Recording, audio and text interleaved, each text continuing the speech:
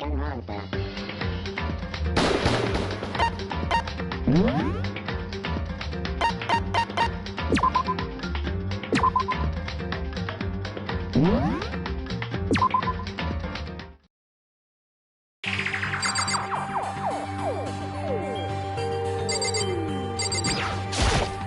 Huh? Don't fuck with me.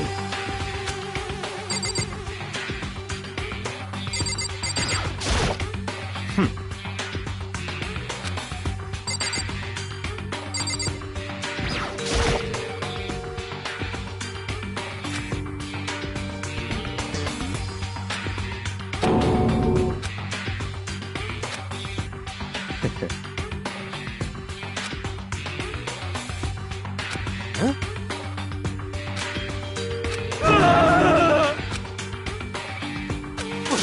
What? Let me out of here! What's your problem?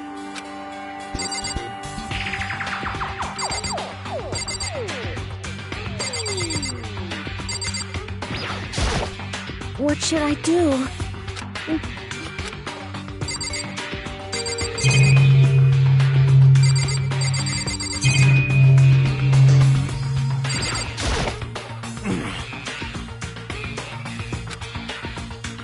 What the heck?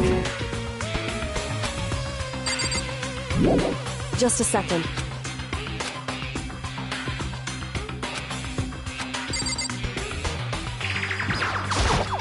Hey.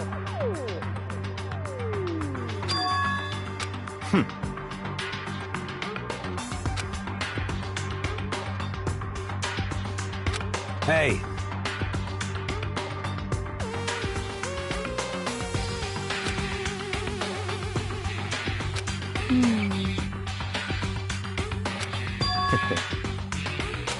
What? Stop talking.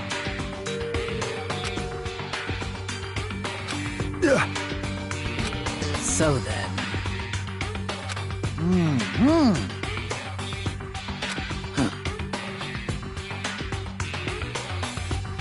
But... Just a second.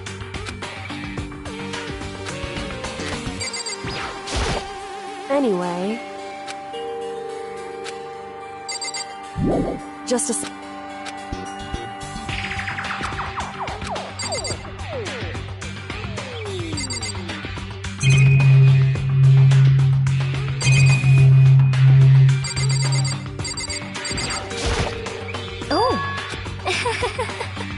What the crap? Huh?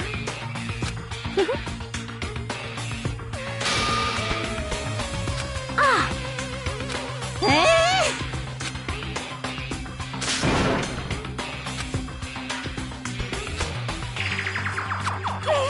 What the heck?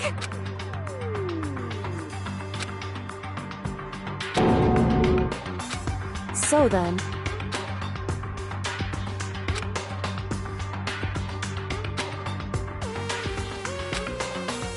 So... That should be... Goodbye.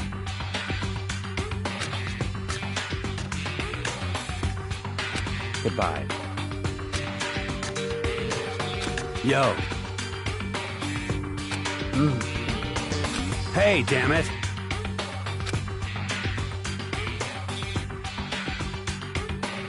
You're fucking dead.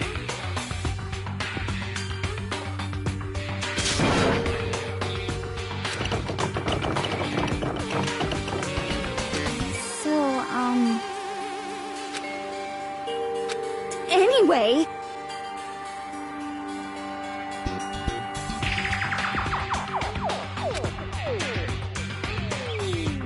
This is very suspicious.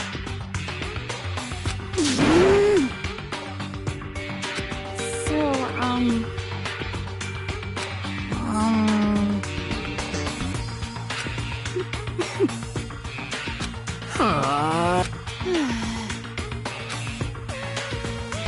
Oh yeah?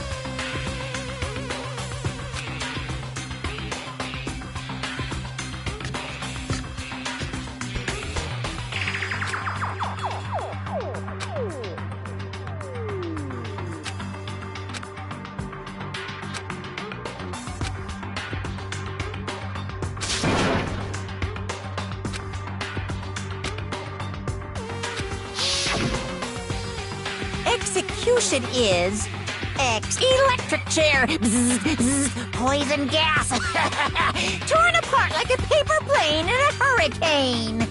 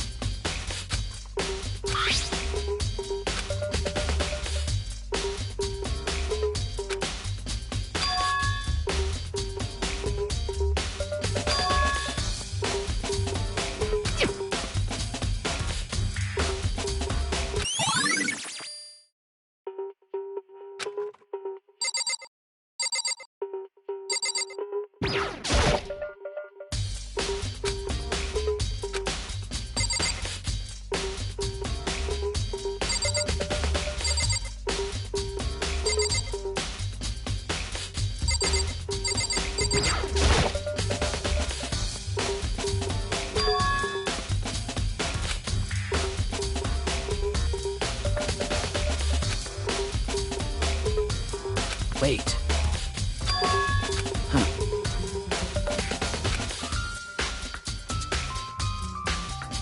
Well.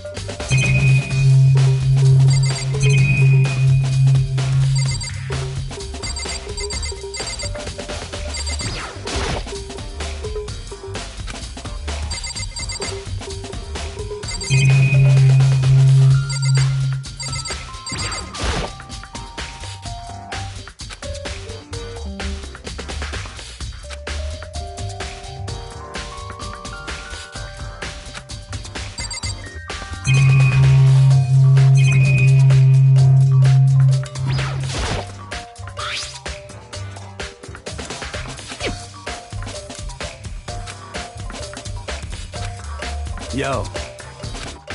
What? What? What? What?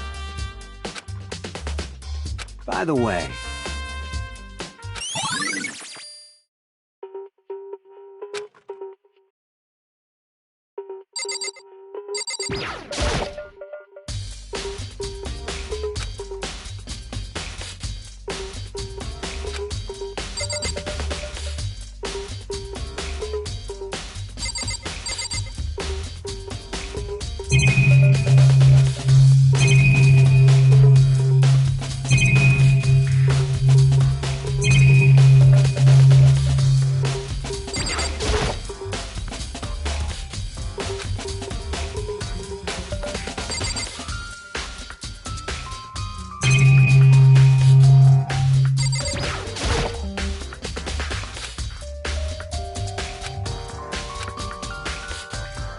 What are you doing?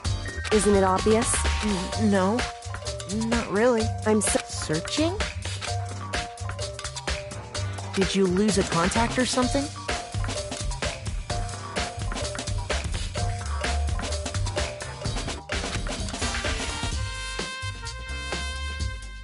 Listen.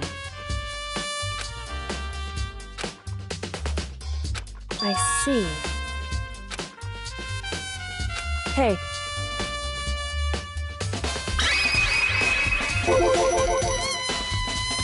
So...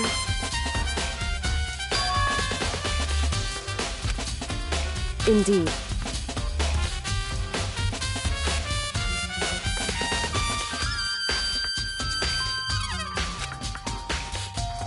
I see.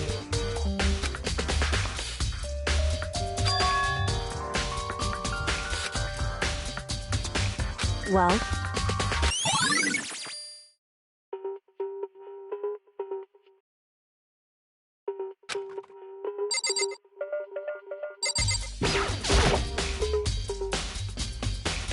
Hey!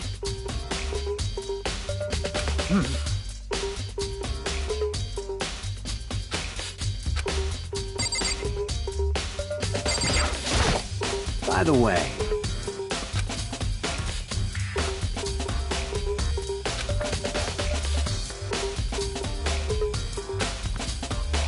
You son of a bitch! Shit.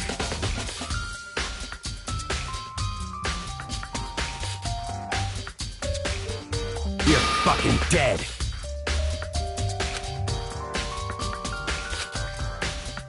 Yo.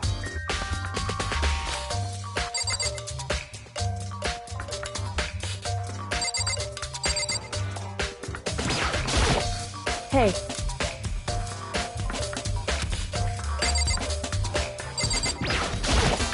By the way... You Yo.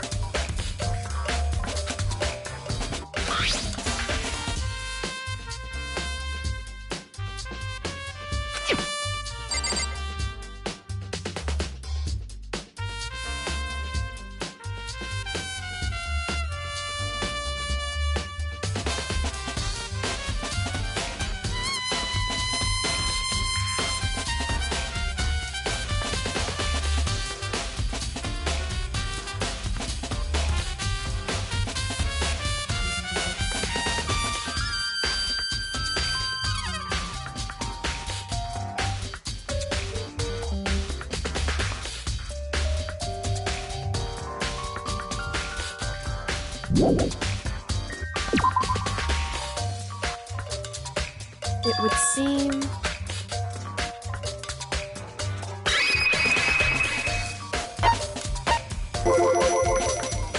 So...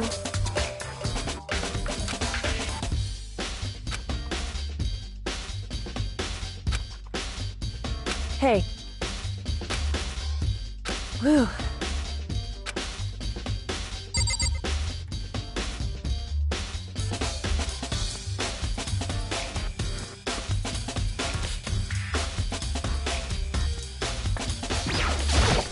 By the way, you son of... You fuck... Yo, It would seem...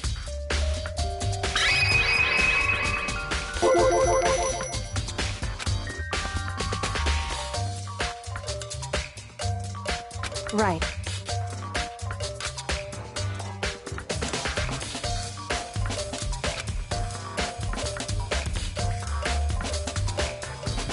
So...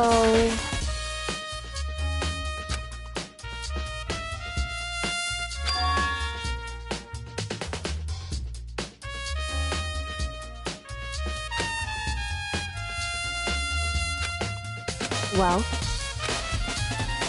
Makoto.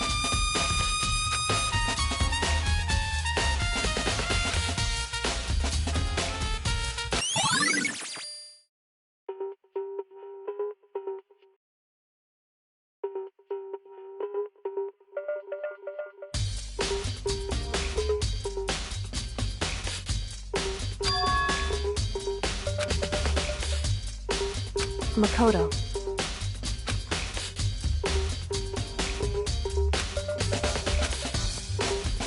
What?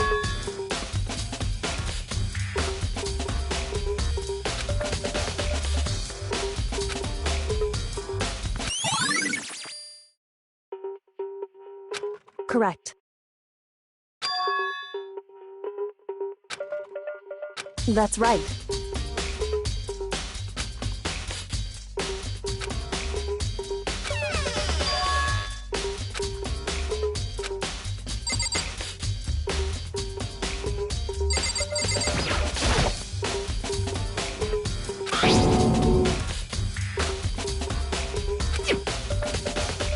It would seem...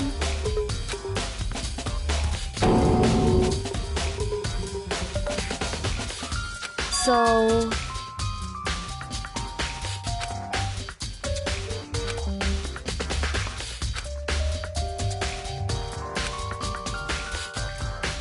Just a second.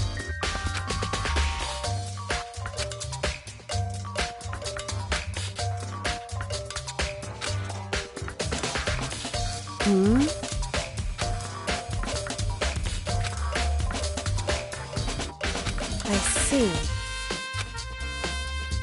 Goodbye.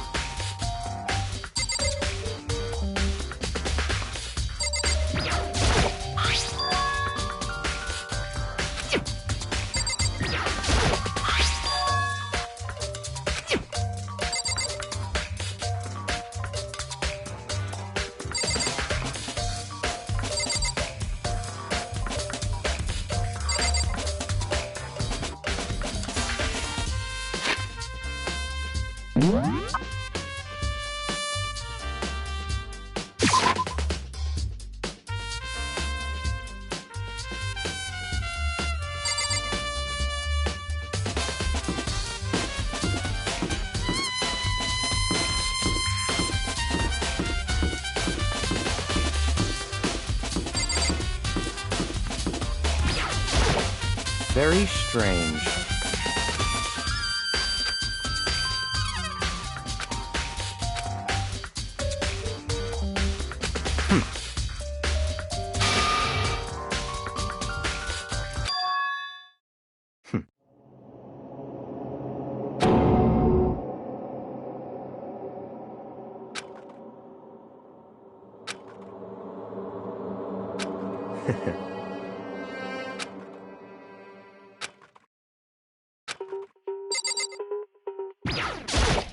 Very strange.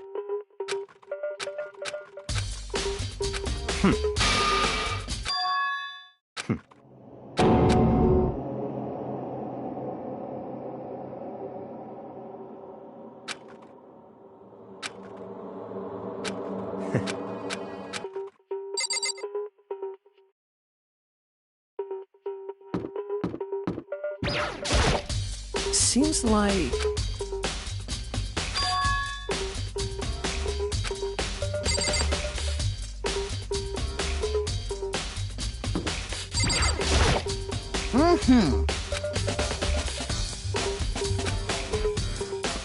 Most suspicious.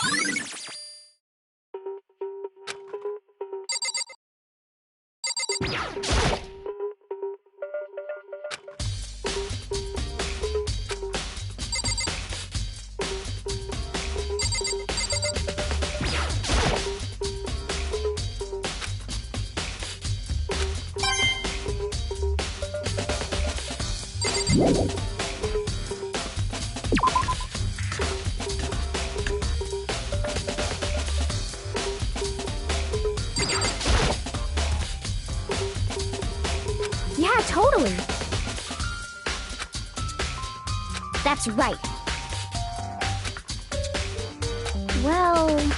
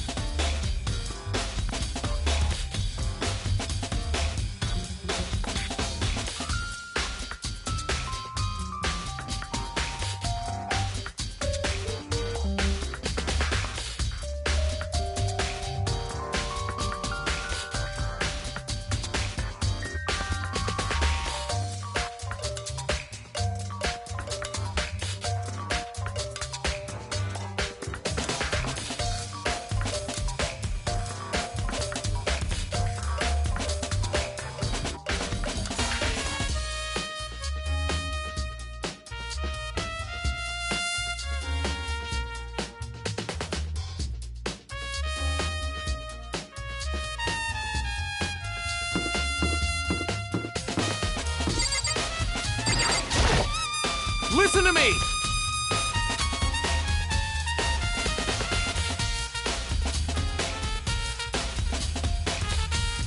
You hear me? Got it! Ha ha ha ha!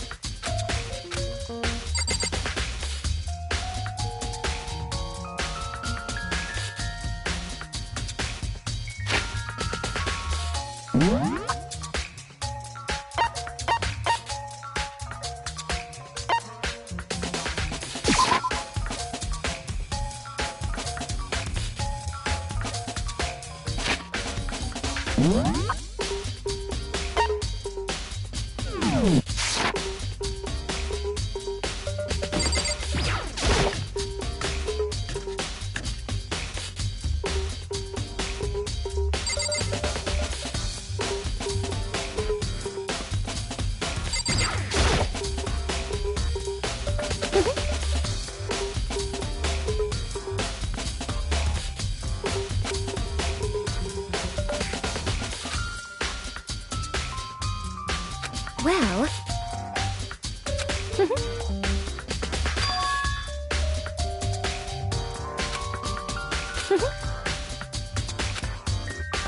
As for me...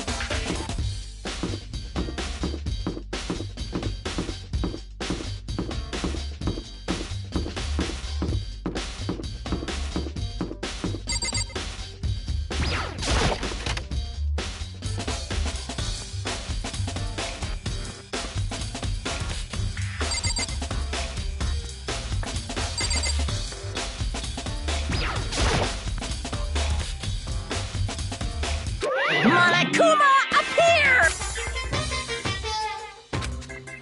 No, you can't go any further! No, you can't go any further! No, you can't go any further! No, you can't go any further!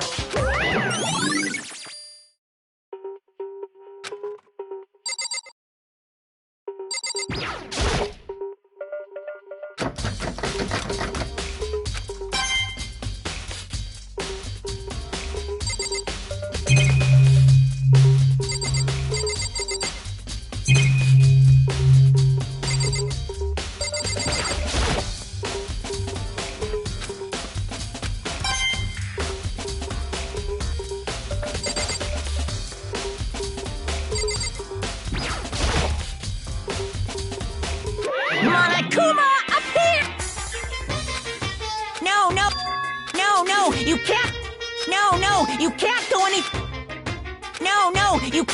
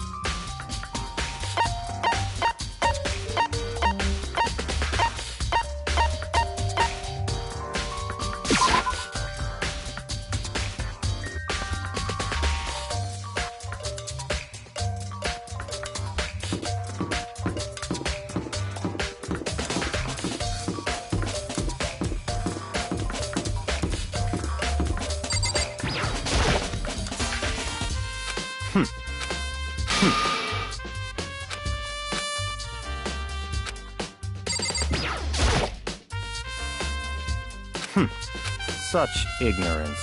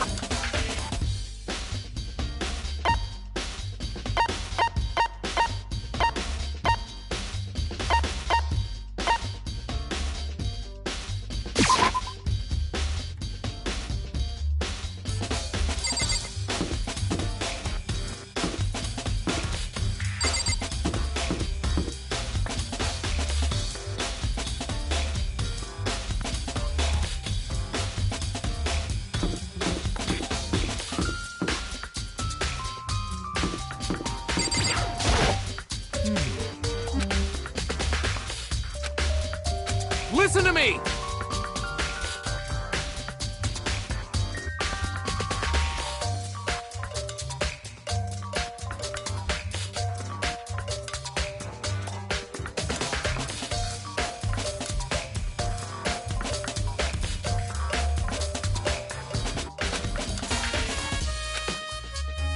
That's wrong!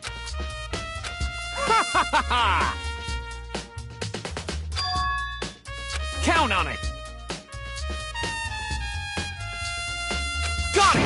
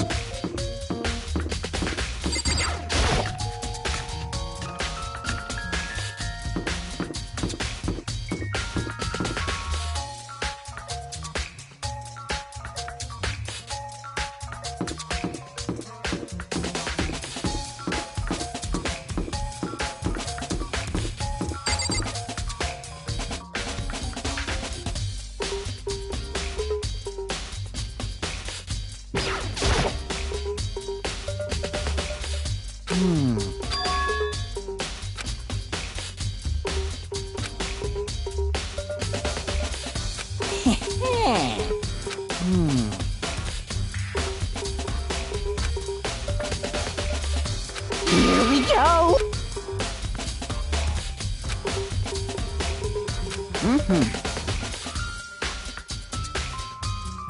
Very strange.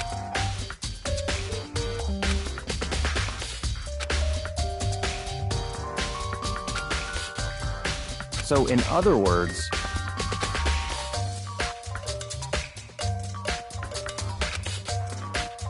so that's it.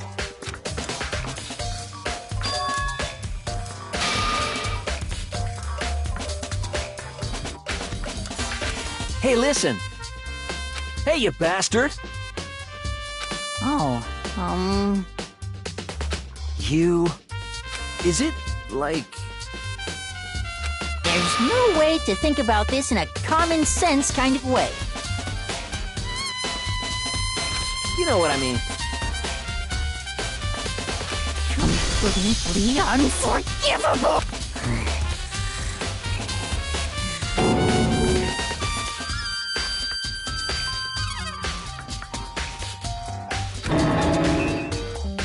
Give me a break.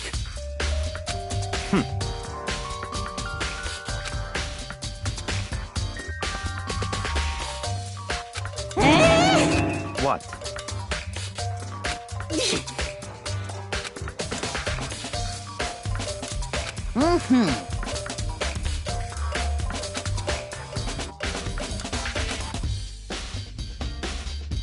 You!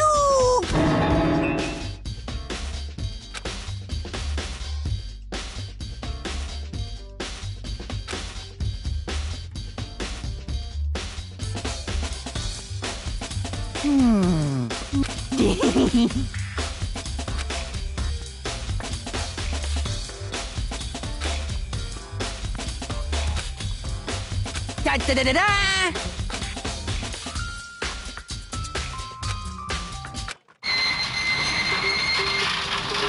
Mr. Naegi! Without a doubt!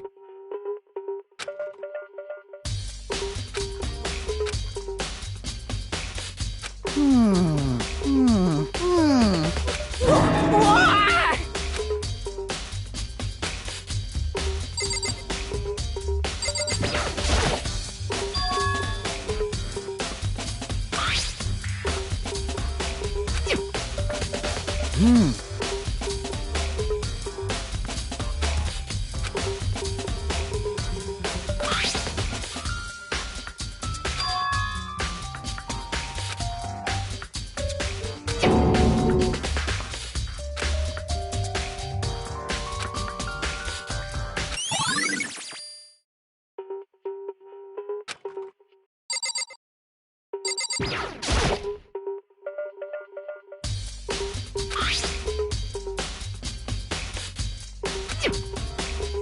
Is this perhaps...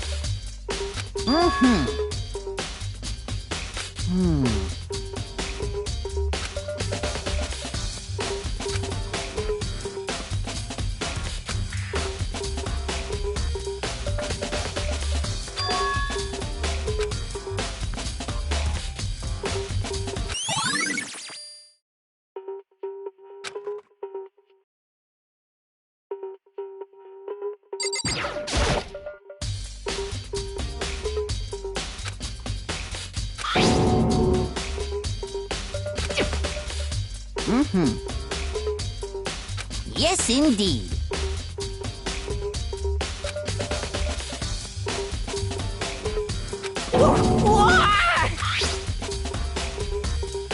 Was it a fairy? Huh?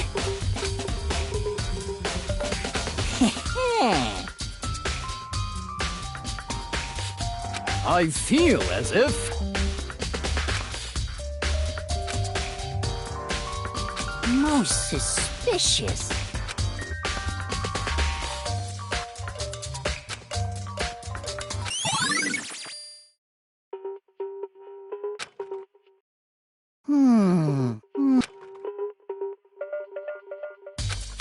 Completely unforgivable!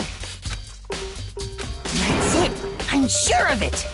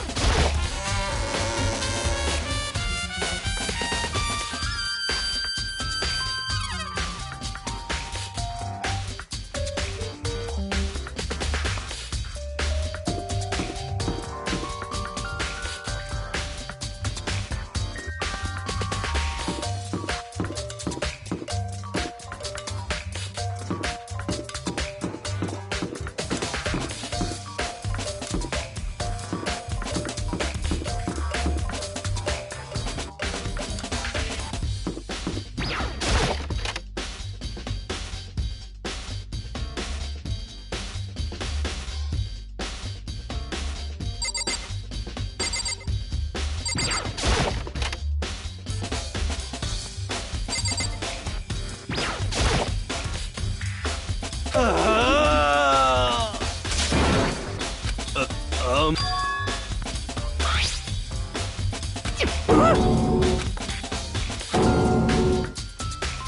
the heck? What?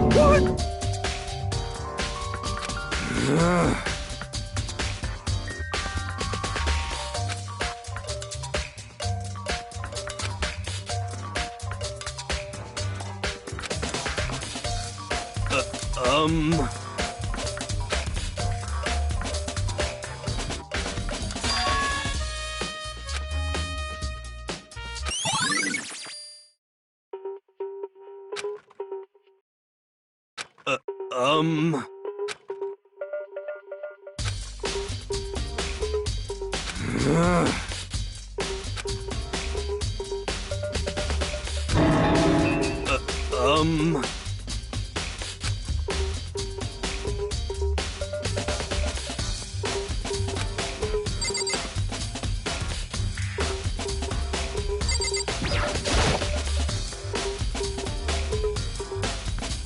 Huh?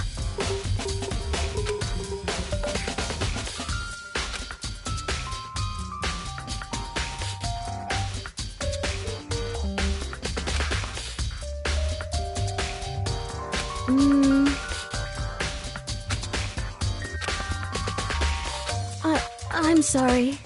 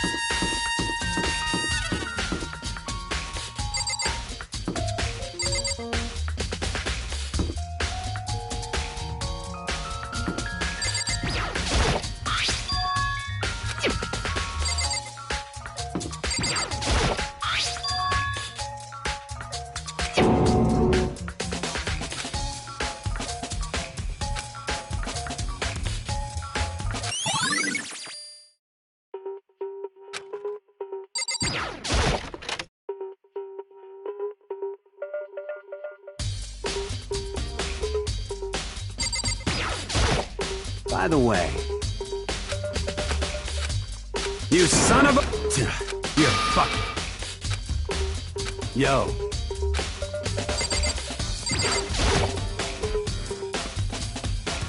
Hey.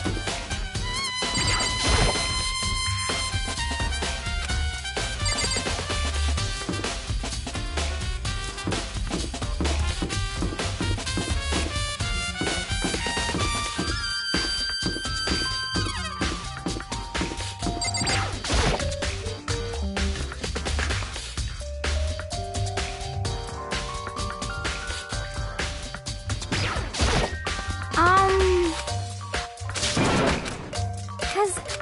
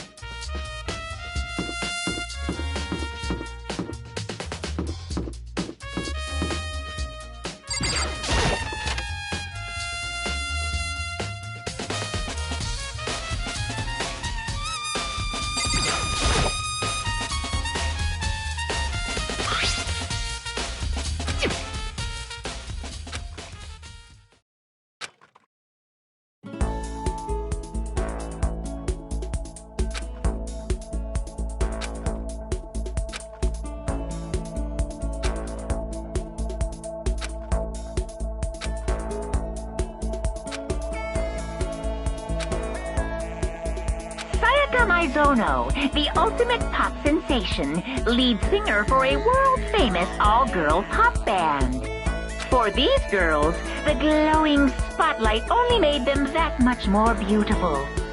But then...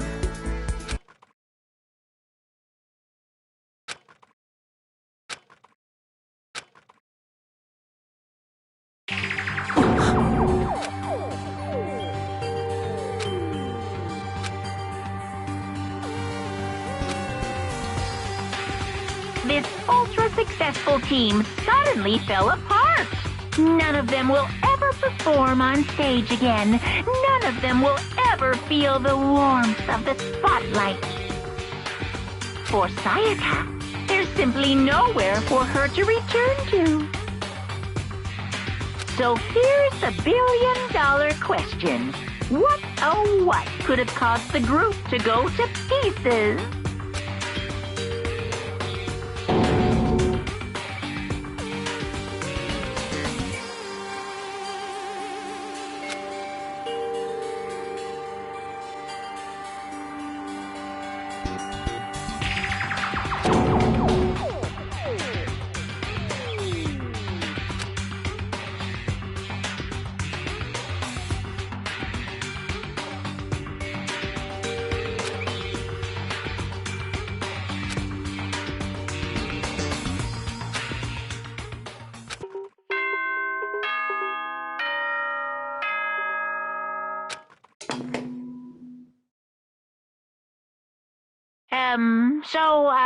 I'm getting tired of waiting. What say we just get started, It's time for the long-awaited class trial!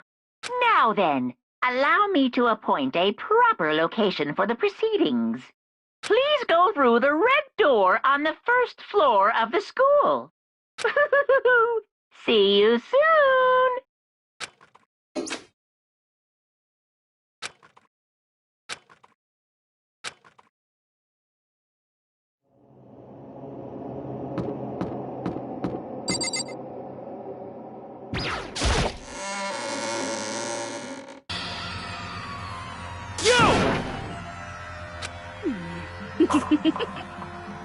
Listen to me!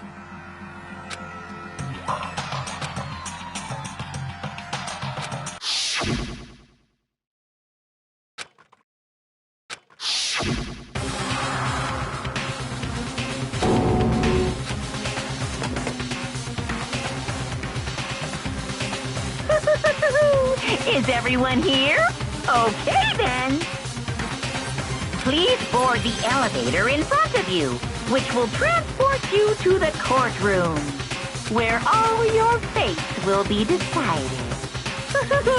I'll meet you all down there. I'll be waiting.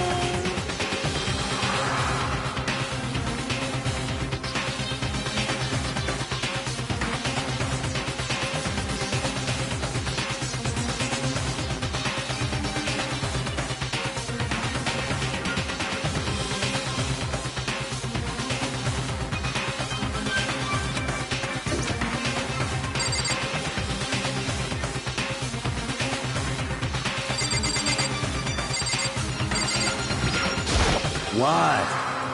What?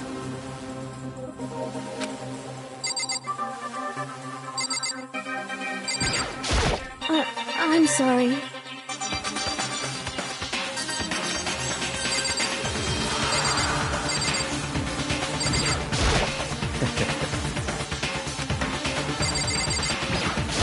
Got it!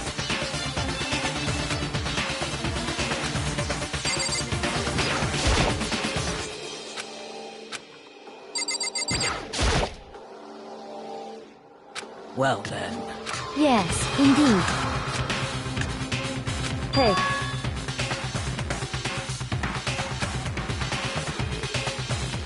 Makoto.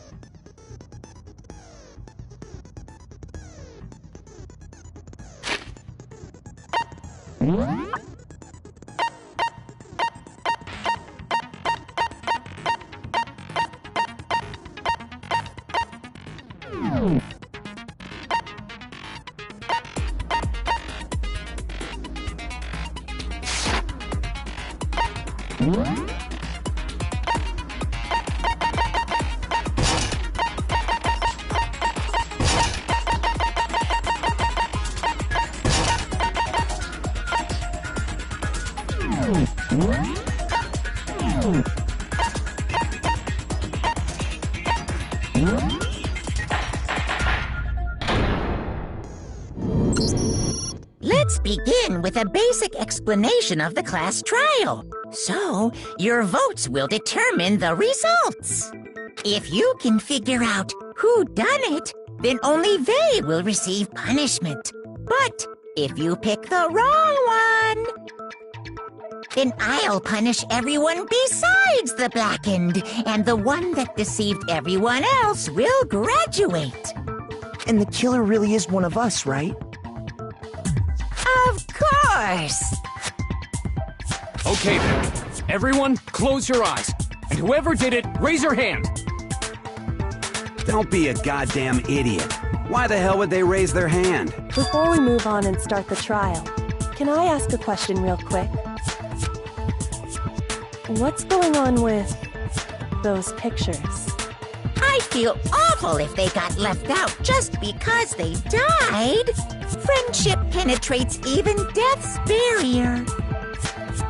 Friendship penetrates? Okay, but what about that other empty seat? There were only 15 of us to begin with, so why are there 16 seats?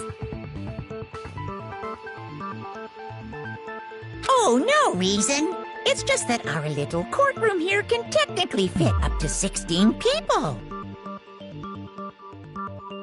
Okay, that about does it for the preamble. Get ready to get started. First up is the case summary. Now, let the class trial begin!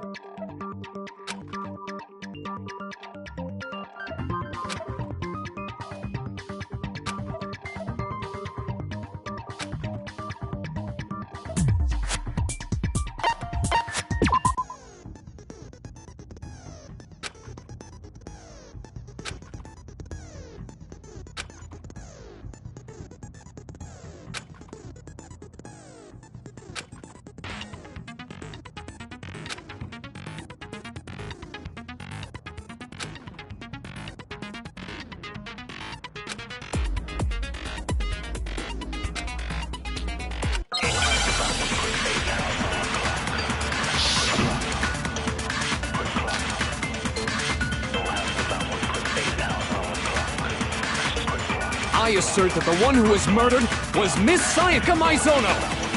Yeah, we know that part already. And the murder took place in Makoto's room. In the bathroom. So it seems most likely that the killer must have taken her by surprise while she was in the bathroom. She didn't even have a chance to resist. No, that's wrong!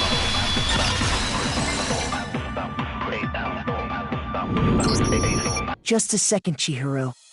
Try to remember how my room looked. With the way things had been damaged, I think we can definitely assume there was a struggle. A struggle? Between who and who? Between Sayaka and the killer, of course.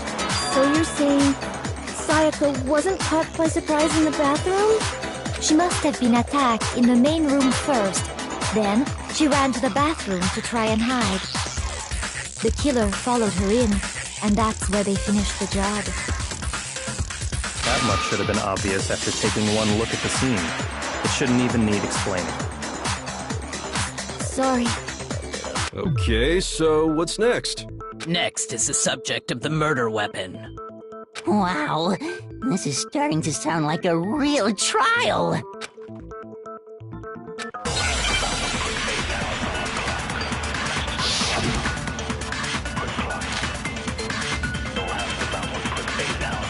So what was used to kill her? There was some kind of sharp object thrust into her stomach. Without a doubt, that is the murder weapon. So the killer used some random knife they had on him. No, that's wrong!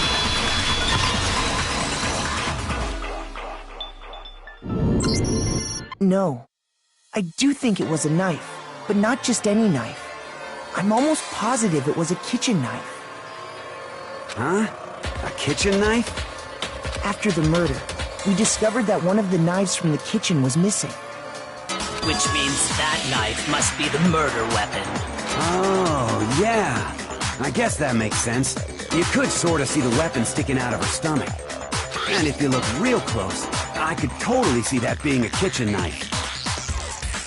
Okay, so the murder weapon was a kitchen knife, but where does that get us? I mean, we all know Makoto killed her, right? That's right. Makoto's room was the scene of the crime. What more proof do you need? Hold on a second. Let's draw our conclusions after we've presented our arguments. Otherwise, what's the point of the trial? Well, we can talk all we want. It's not going to change that conclusion. I don't think that's true at all. I'm sure if we keep at it, something new will reveal itself. You really believe that?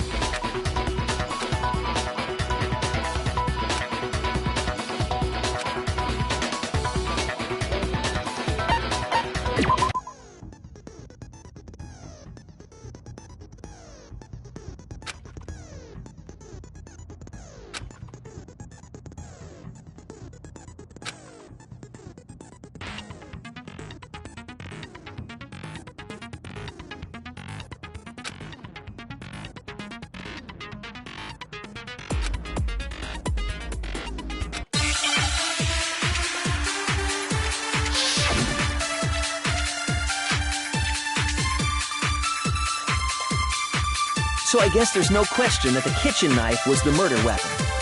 But where does that get us? Makoto must have taken it from the kitchen, right? He did it in secret, when nobody was in the dining. No, that's wrong!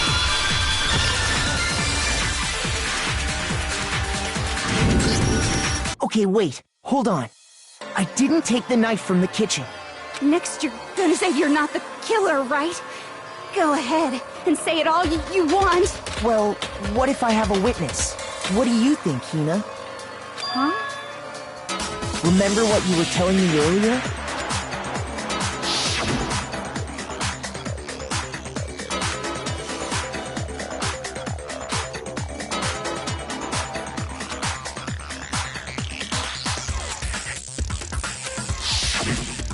Just to be perfectly clear, the knife disappeared while you were in the dining hall, correct? Yeah, that's right. And at any point while you were there, did you ever see me come into the dining hall? No, I don't think so. You don't think so? No, he definitely wasn't there. The knife disappeared while Hina was in the dining hall, but I wasn't there the entire time. In other words, there's no way I could have taken the knife. Okay, then what about this? What if the idiot swimmer girl and Makoto are in on it together, and lying to protect each other? Idiot swimmer girl? Oh, and more importantly, why would I get involved in something like that? Speaking of which, I'd like to ask the bear, if there is an accomplice, do they also become blackened? So you ask, and so I shall answer. Each murder is allowed to have an accomplice, but only the one who does the killing will get to graduate. So in other words, two people can work together, but one of them has no chance of profiting from it. Then there's no way anyone would work together, right?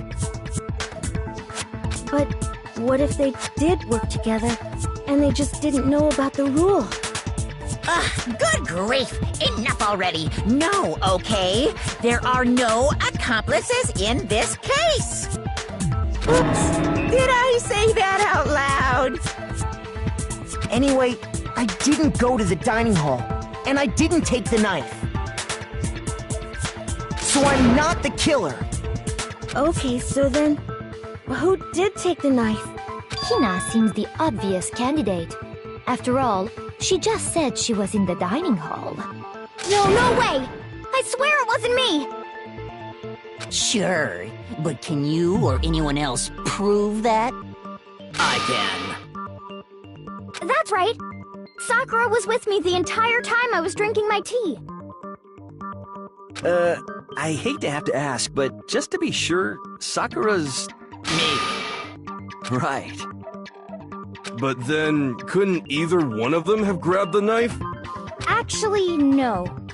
Because, well... Just spit it out already. I stayed in Hina's room last night. I got so scared thanks to those creepy videos. I wasn't really thinking, I just asked her to stay over. Which means we have airtight alibis. You stayed over? Doesn't that violate one of the school regulations? We're not allowed to sleep anywhere but the dorms, but it doesn't say we have to stay in our assigned room, so I don't think that's a problem. It is a problem! A boy and a girl spending the night together? It's unwholesome! But I'm a girl. You are? Oh my gosh, I'm so sorry! But if it wasn't either of you, then what other possibility is there? Actually, there is one other possibility. Right, Hina? Why didn't you say so in the first place? Well, because... they're not here anymore. Sayaka. She's the one who came to the dining hall. And then later, she wound up dead.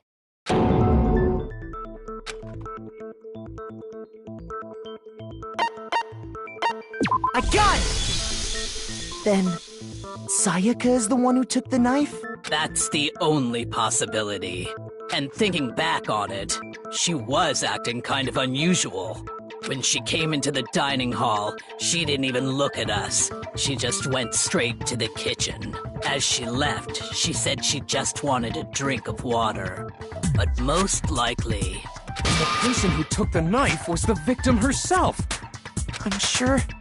I'm sure she just took it for self-defense. So you're saying the knife she took was then taken from her, and she was killed with it? In that case, you may not have taken the knife, but you still could have killed her. What? See? He did do it after all! No, you're wrong! So, that's how you would twist the argument and send us all off in the wrong direction? You possess a most terrifying talent.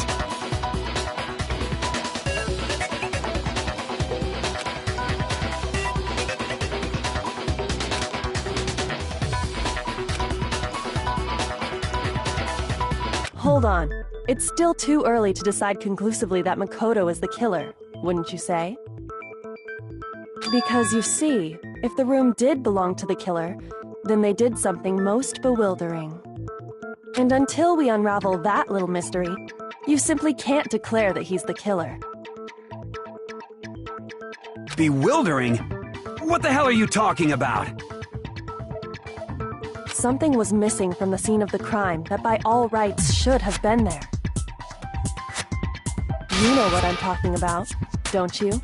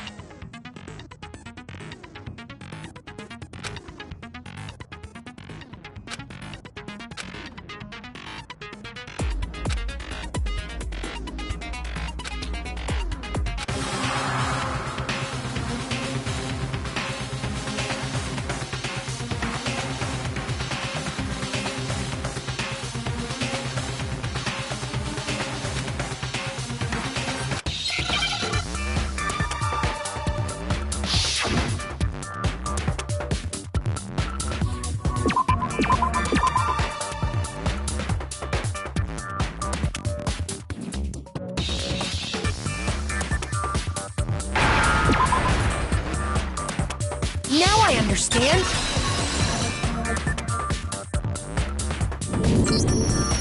right! There wasn't a single hair on the floor! So, the culprit removed some evidence? Yes, and if I were the culprit, why would I need to get rid of all the hair in my own room? It wouldn't be unusual at all to find my hair at the crime scene if the crime scene is in my room. The reason all the hair was gone was to remove any trace that Sayaka had ever been there. That makes sense, does it not? No. If that were the case, they would have had to do something about the body itself, not just her hair. Yes, very true, very true. Okay, then why wasn't there any hair on the ground? The killer got rid of it all, of course, to remove any trace that they had ever been there. Wait, then that means... Precisely. It's simply beyond reason to believe that the room's owner and the killer are one and the same. Then, Makoto isn't the culprit? Are you sure we can decide something so important based solely on the absence of some hair? No. There are other reasons that prove why Makoto couldn't have done it. I would like to hear these reasons. Do you remember anything remarkable about the bathroom at the scene? Sayaka was attacked in the main room first, then fled into the bathroom, right? Yeah, then they ran after her, got into the bathroom, and stabbed her. And how did the killer get into the bathroom? Did they have any trouble with it? What do you mean? It's fairly certain that the killer had some trouble getting into the bathroom. There was clear evidence left behind. Do you remember, Makoto?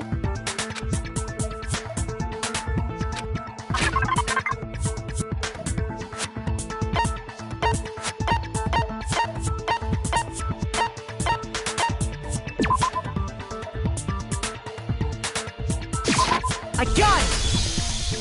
Evidence that the killer had trouble getting into the bathroom. You're talking about the doorknob, right? Huh? The doorknob? What doorknob? The doorknob for my bathroom. It was completely broken. See how the top part was unscrewed? And the doorknob's about ready to fall off? Oh yeah, true. But what does it mean? In trying to bypass the lock, they ended up nearly removing the entire doorknob. This is another most bewildering act for the room's owner. It proves Makoto is beyond suspicion. So what? You're saying he wouldn't break the door in his own room? But if the only choice you have is to break it, you break it. There's nothing bewildering about it. You still don't see?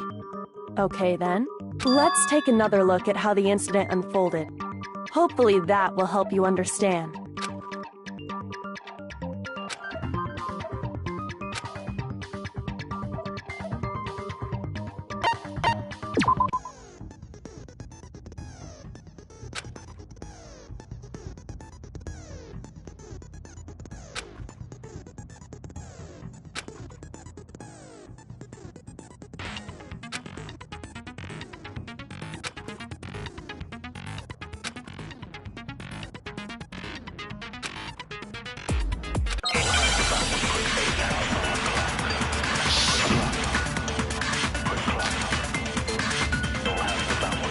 The incident took place in Makoto's room. Sayaka was first attacked in the main room. She then fled into the bathroom.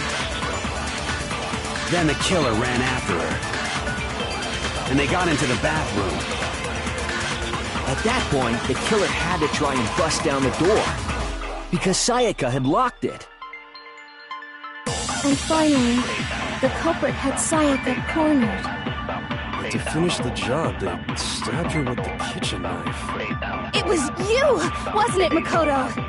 Admit it. We already know the answer.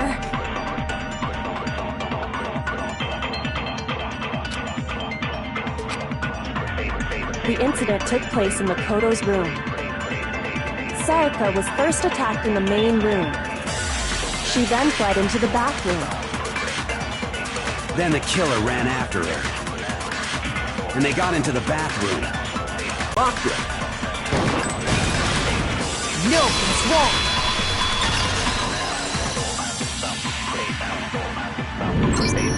The reason my bathroom didn't open wasn't because it was locked. After all, the girls' rooms are the only ones with locking bathrooms, right?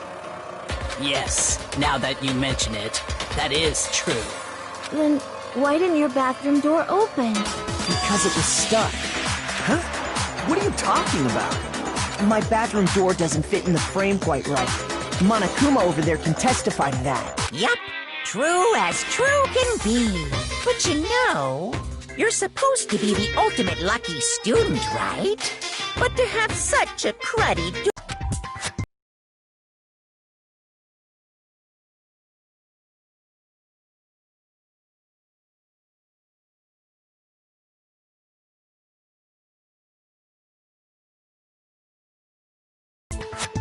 What?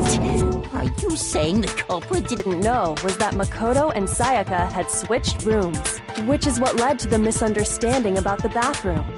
If Sayaka had been in her own room, then there would have been a lock on the door, and they would have had to break through! So they had no idea how unnecessary their actions were. Ultimately, we can't know if it came open by force or simply by accident. But the killer must have been considerably confused, with no idea how they actually got the door opened. Regardless, it was a pointless act. Wasting time trying to break down a door that wasn't locked is... Definitely something I wouldn't do, since I would have known exactly why it wasn't opening, right? That is a definite possibility. So the killer would have to be someone who didn't know they'd switched rooms? Then Makoto couldn't have done it. Okay, then who did do it? I'm sorry, but I give up! Quit without saving! But what happens if we can't decide on who we think did it? Well, why don't we just vote right now? Majority rules! Majority rules? You really think that's a good idea? Yeah, our necks are on the line here. Someone seriously needs to do something. For serious. Does no one have any other thoughts or questions? It does not matter how trivial they may seem. Oh, as a matter of fact, I do have one question. Oh, you don't gotta sound so disappointed. It's fine, it's fine. Just ask your question. Oh yeah. Okay, so, well, I was just wondering, how did the culprit get into Makoto's room in the first place? Yes. How did the killer get inside? Maybe Sayaka just dropped the key somewhere and the culprit picked it up. That's possible, right?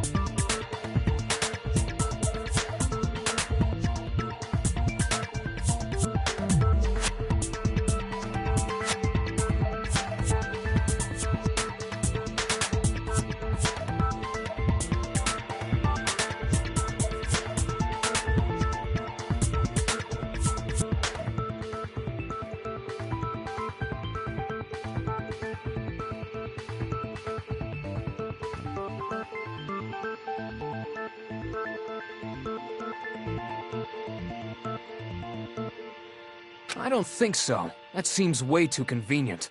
Then maybe someone picked the lock? Negative! If you remember, Monokuma made it quite clear that the locks are all unpickable. Fine. How about this? The killer got in the easy way. They could have knocked and said they wanted to talk or something, and Miss Maizono just let him in. No, that can't be it either. Oh, trying to argue against me? Sounds like someone doesn't know his place.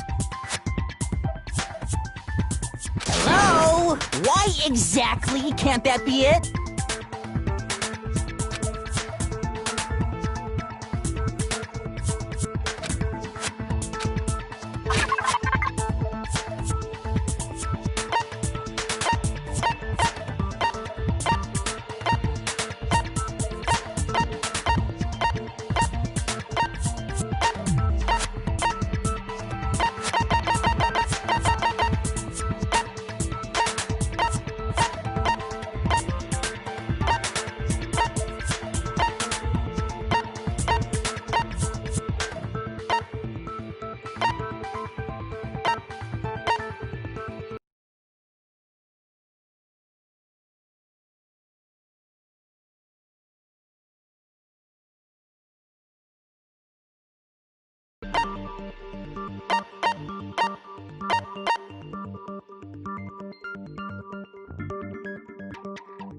Shoot!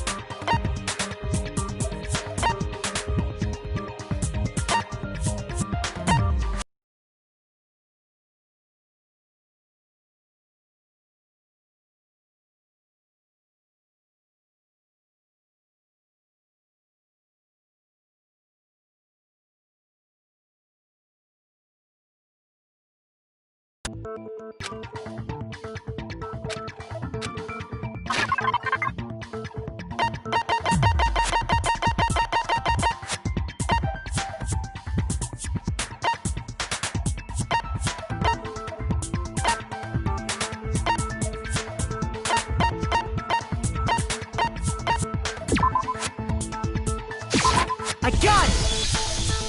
Because Sayaka was already scared, remember?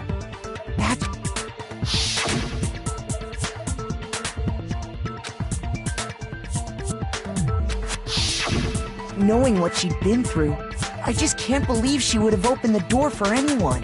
What if her being scared? Huh? What the hell is that supposed to mean?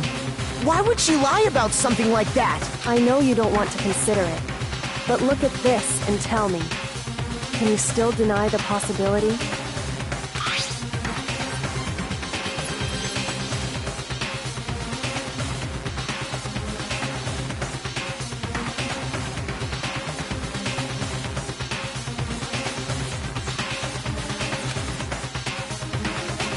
I found a notepad during my search, and I shaded in the top sheet with a pencil. And these are the words that appear. Oh man! I've totally seen people do that on detective shows. When you write, it can leave an imprint. Sketch over the next sheet of paper, and you can see the words. When I saw that, I was like, holy crap! I'd better make sure I rip the paper out before I use it from now on. It's a pretty old-fashioned technique, but even the classics can be surprisingly useful sometimes. Oh, and I should also mention, I found the notepad on the desk in Makoto's room. Huh? Which means only someone who had been in Makoto's room before the incident could have written. Then either it was Makoto who lived there, or Sayaka who switched rooms for a single night. So, Makoto, did you write this? No, I didn't. Of course you didn't, because the note also bears a perfectly legible signature. Sayaka's signature. But why? Why would she write that? The note was likely her way of getting in touch with a certain someone. She must have slid it under their door to let them know she wanted to meet with them in secret. If you got an invitation like that from the ultimate pop sensation, what young man could resist?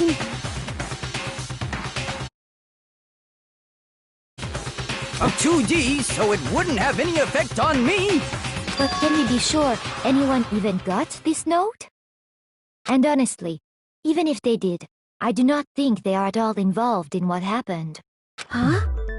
What makes you say that? Would you like to hear what I have to say? Very well then. Pay attention.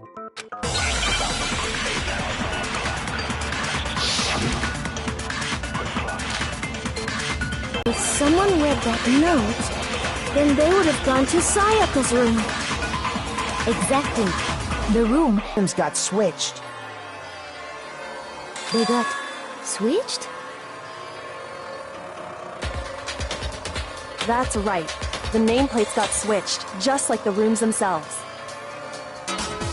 As a result, the nameplate on Sayaka's room actually had Makoto's name. And the nameplate on Makoto's room had Sayaka's. So what you're saying is, the room Sayaka was staying in was actually marked as her room. Then, if someone did do what the note said, they would end up at Makoto's room where Sayaka was. Plus, their rooms are right next to each other, so switching the nameplates would be no problem. And the one who switched the names was... Well, of course it wasn't you, right, Makoto? Right? Okay, then who did it?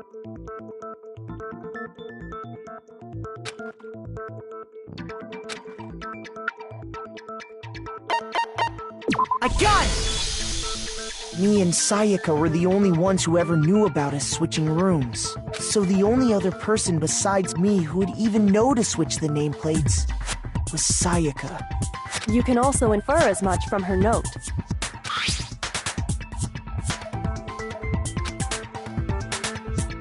She specifically tells the reader to check the nameplate. She would only have written that if she knew the nameplates had been switched. But why would she switch them in the first place? She wanted someone to come to the room she was in, and also hide the fact that it was Makoto's room. What? Inviting someone to your room, but not telling them you'd switched rooms. Why would anyone do that? To understand that, we first need to understand what happened after she invited the person into the room. That's where the answer lies. What happened then was probably whoever she invited over came in and attacked her. We figured it out! We know who did it! Whoever she invited over is the culprit! But we still don't know who it is, you goddamn idiot!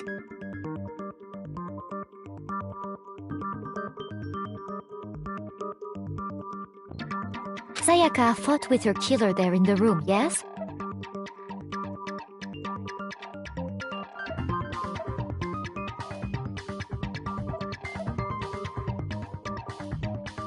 Perhaps the answer to our previous question lies in that initial struggle.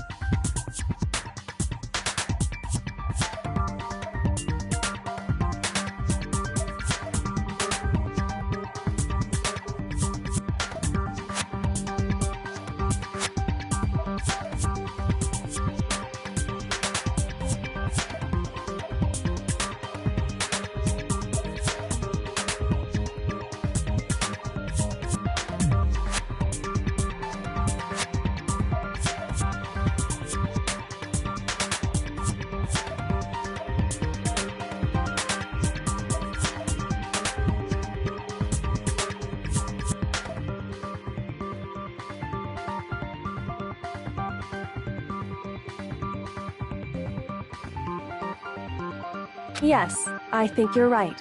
Then... That reminds me. There was a replica sword at the murder scene. Was that perhaps used during the fight? Oh yeah. What's the deal with that sword? Sayaka suggested I should hold on to it. I thought it might come in handy if I had to defend myself. It seems pretty likely that the killer used it to break Sayaka's right wrist. How the hell could you possibly know that's what broke her wrist?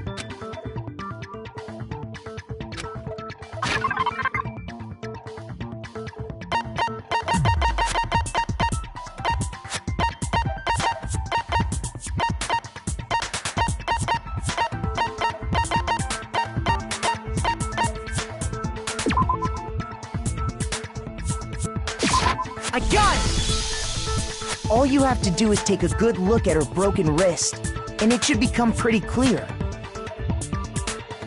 Right there where her wrist is all swollen, there's something glittery there. See? Is that gold? It sure is. Specifically, the gold coating from the replica sword. You barely have to touch that stuff, and it'll stick right to you. And there's some on her wrist because... I got it! Because she got hit with the sword! Right there on her wrist! I see. And so the truth draws ever closer. Alright, then it's about time to solve this mystery.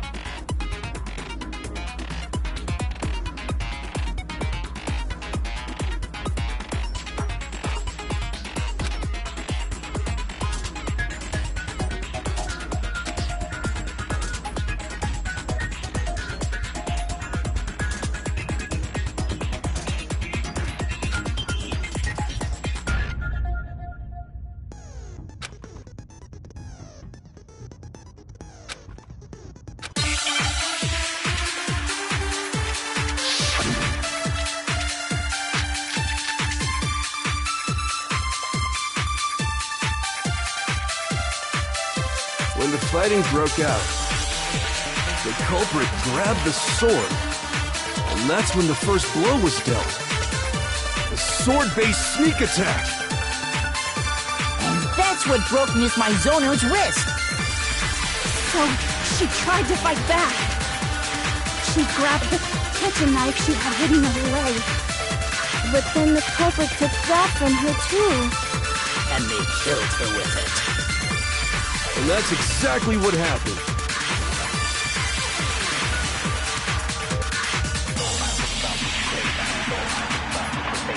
When the fighting broke out, the culprit grabbed the sword, and that's when the first blow was dealt. A sword-based sneak attack! And that's what broke Miss Mizono's wrist! So, she tried to fight back. She grabbed the kitchen knife she had hidden away. Shoot!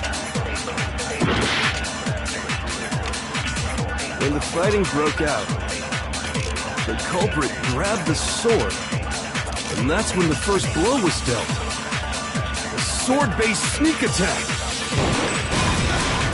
No, that's wrong!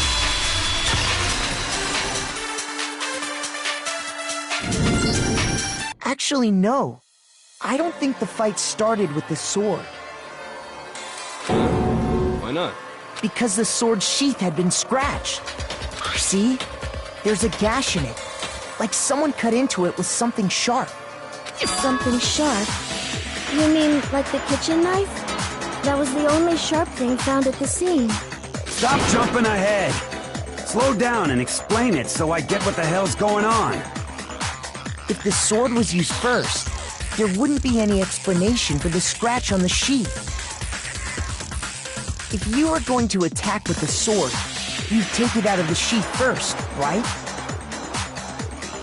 That's true. With the sheath on, it'd be heavy and bulky and useless as shit. Okay, so how did the sheath get damaged? If they got attacked with the kitchen knife, maybe they grabbed the sword as a defensive impulse. In that situation, there wouldn't be any time to actually unsheath the sword. So you're saying the sword was initially used to defend against an attack from the knife? Which means whoever had the kitchen knife was the one who attacked first. I think I get it! So here's how it all played out. The culprit came in, found the kitchen knife hidden there somewhere. Then they took the knife and attacked Sayaka before she knew what was happening. So she grabbed the sword to defend herself, but then the culprit took that from her too. Then, after they broke her wrist with the sword, they took the knife and finished it. Sorry, but I don't think Sayaka used the sword to defend herself. What? How the hell can you not think that? Because she never held the sword at all. There's a certain part of her body that makes this clear.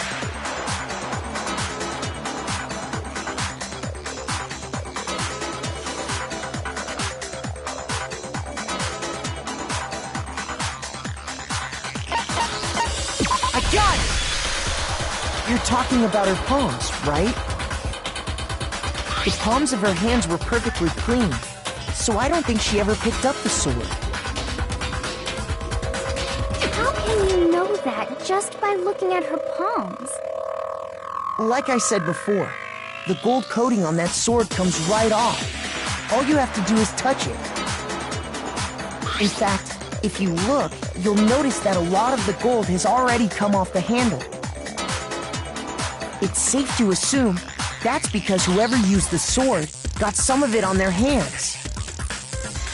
There's really no way she could have picked it up and come away completely clean.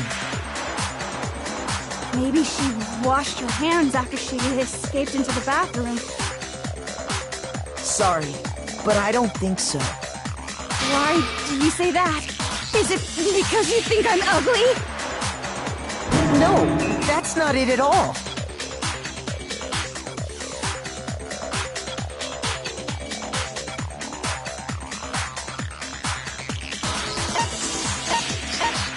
I got it!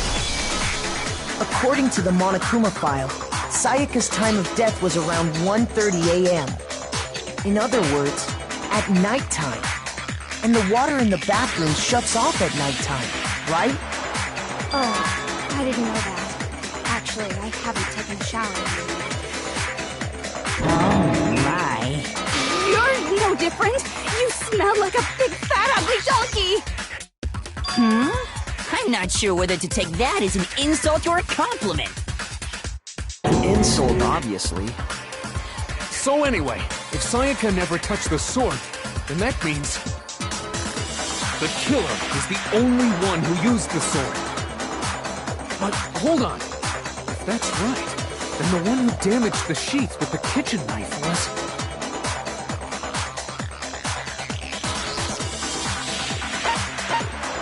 I got it! Sayaka? She had the kitchen knife? But we already said that the attack started with... The person with the knife attacked first, and the sword was used as an impromptu defense. Then the one who attacked first was... Sayaka? Now do you understand? She wasn't a blameless victim in this. No, far from it. It's almost as if she'd been planning to commit a murder of her own. She took the knife from the kitchen, then invited the culprit to the room she was staying in. And if it's true that she had the kitchen knife and attacked without provocation... Indeed. These are all the actions of an assailant. Which brings up another point. Makoto, Sayaka was the one who suggested you two switch rooms, correct?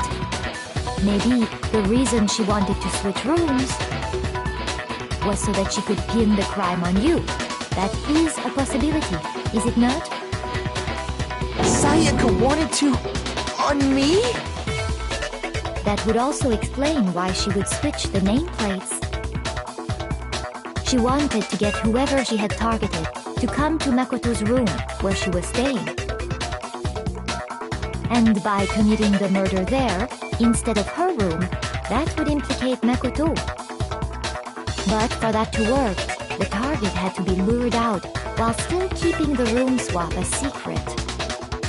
If the target knew she had switched rooms, they would have become suspicious right away. So all that's why she switched the names? But doesn't that plan seem a little risky? For one thing, even if her plan worked, Mr. Naegi would just tell everyone they'd switched rooms. I don't know. I'm not sure our soft-hearted Makoto is capable of that kind of cutthroat behavior. I'm sure Sayaka realized the same thing, which is why out of all of us, she asked him to switch rooms. Plus, she was the ultimate pop sensation. A totally forgettable kid. Or a national superstar. Who are you more likely to believe? Wait, then you're saying she had this all planned out? Holy shit! But in the end, her plan backfired. She launched her attack with the knife, then found herself under attack in turn. That must be when her wrist got broken, and she was forced to drop the knife. The tables were suddenly turned on her, and she died at the hands of the one she'd planned to murder. Just hold on! That can't be true! Because... Hey! You guys have totally derailed the argument. You're being super boring right now. Come on, hurry up and decide who did it. Wouldn't it be awful if I had to punish you all just because you ran out of time? Oh yeah, we gotta decide who we think did it. Makoto, right now you just need to concentrate on figuring out the answer to this mystery. If we can't uncover who murdered Sayaka, it's over for all of us.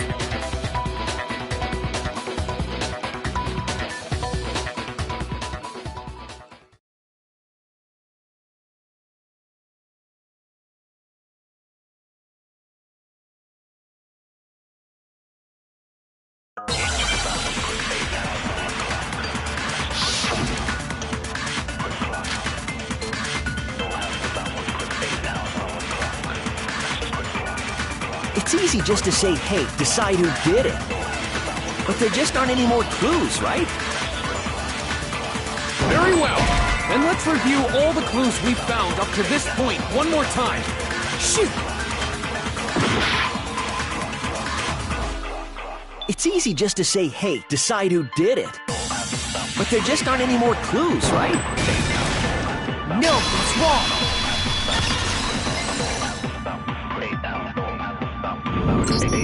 There still might be one clue left. Sayaka's dying message. Dining? Wait, what did you say? The dying message. She wrote something on the wall behind her, remember? 11037. Written in her own blood. There must be a clue about the killer hidden in there. Well, before we get too far into that, I need to ask, can we really be sure that Sayaka is the one who wrote it?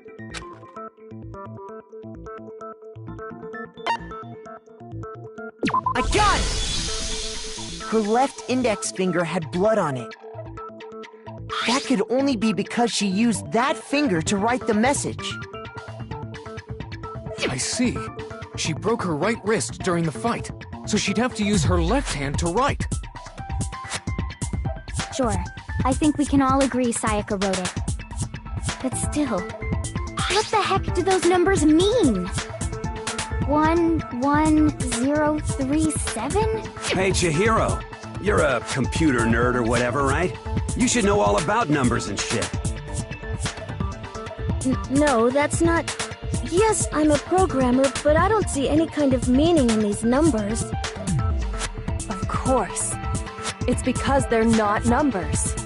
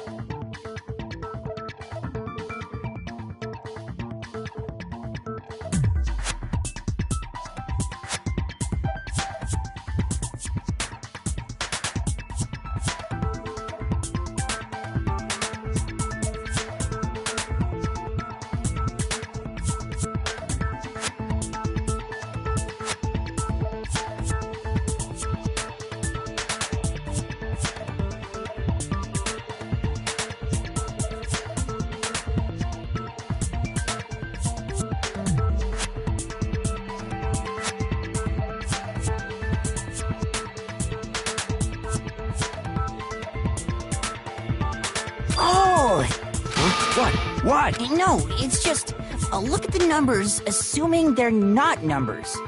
Don't these first two, 1, 1, look less like two numbers and more like one letter? Ah, you're right. The connecting line is barely there, so I assumed it was 1, 1, but looking at it now, you could also read it as an N. Whoa, you might have finally just said something worth a shit. Our little gray cells are really getting excited now. But even if that really is an N, N037, doesn't make any more sense than before.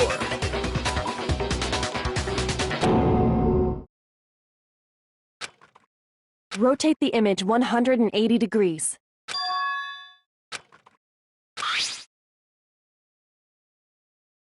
Oh my god. Now I see. She wrote down the killer's name. Huh? You just shot past the clue part and right on to who did it. So, whose name did she write?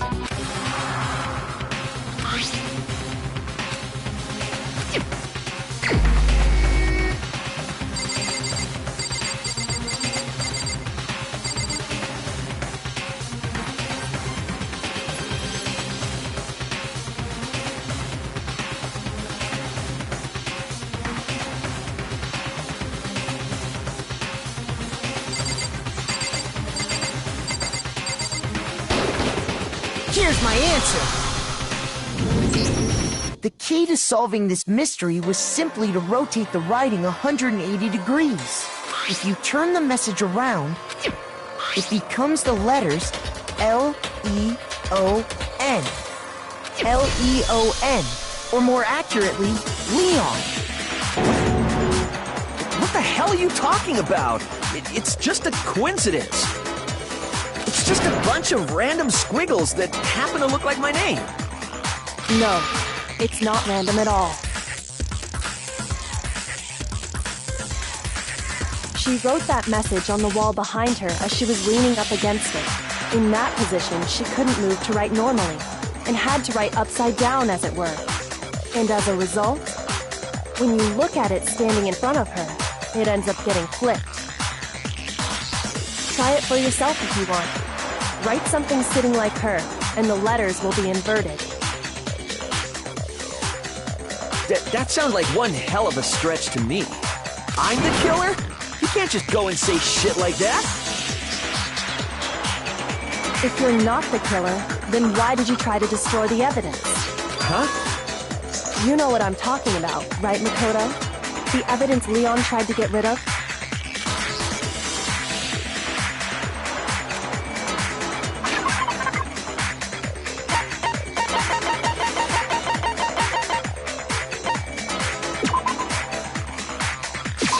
I got it!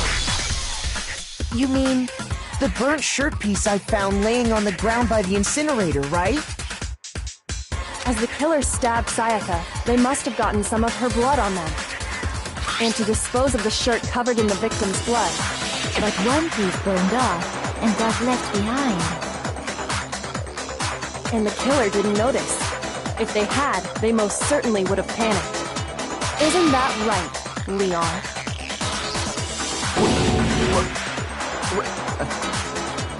But is one scrap of fabric enough to conclude that Leon is guilty? Yeah, I mean, Leon's not the only one wearing a white button-up.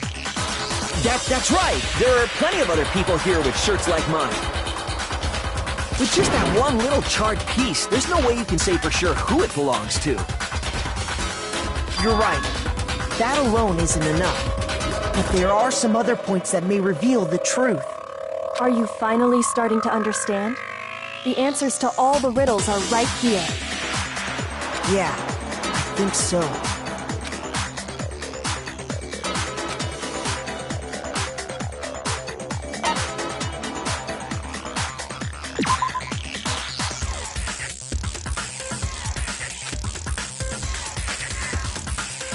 Shoot!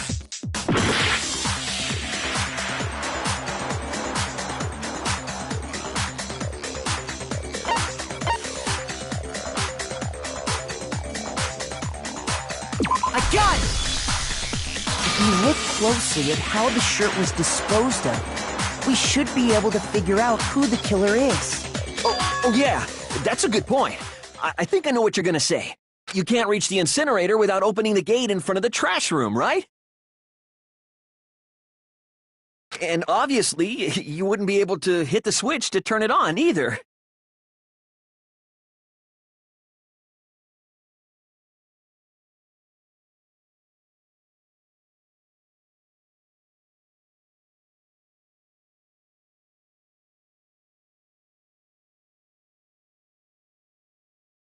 You need the key to get in, and the one with the key was the person on cleaning duty. So the killer had to be whoever was in charge of taking care of the trash, right? Interesting.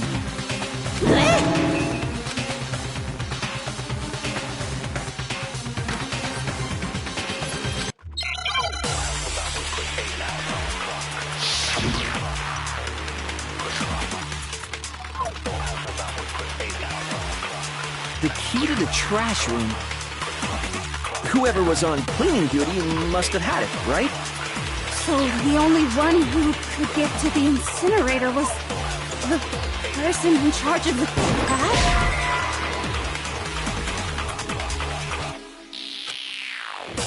Shoot! The key to the trash room. Whoever was on cleaning duty must have had it, right? So the only one who could get to the incinerator was the person in charge of the trash? And you'd have to get close to the incinerator in order to No, that's wrong!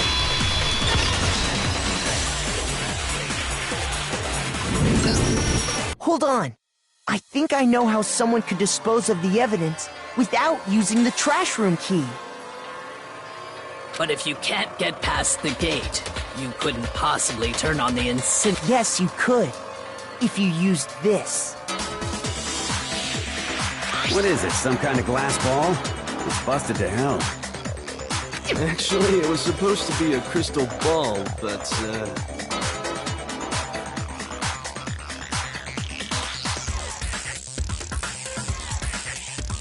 But how would you use it?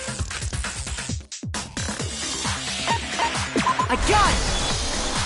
The killer simply took aim at the incinerator switch and threw the ball through a gap in the gate. All they had to do was hit that switch, and the incinerator would come to life.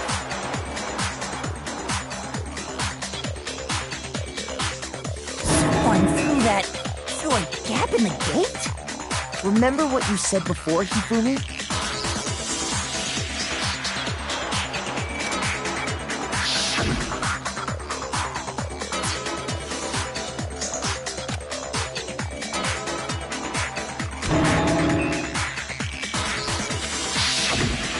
Hifumi had the key, so the only way the incinerator could have been turned on without his knowledge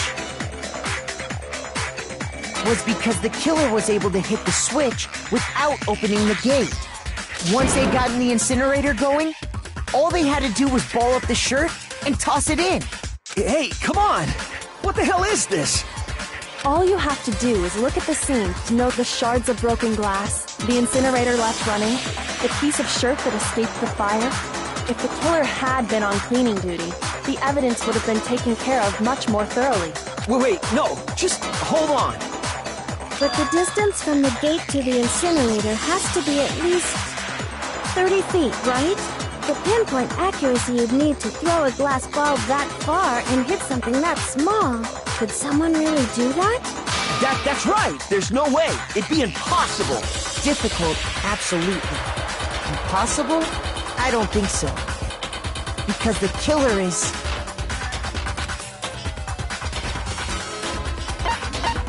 I got it! Because the killer is the ultimate baseball star. Isn't that right, Leon? Do you have any idea how stupid you sound right now? A target 30 feet away would surely be little challenge for the ultimate baseball star. You can't be serious. I'm not the killer! These goddamn shipper brains have got it all wrong, I'm telling you! you! You still won't admit it? Okay then. Makoto, go ahead and review the incident one more time to make his crime perfectly clear. And with that, we can end this. Listen to me! What the hell do you mean, end this? Say what you want, Leon, but all the questions have been answered, and the truth has been revealed.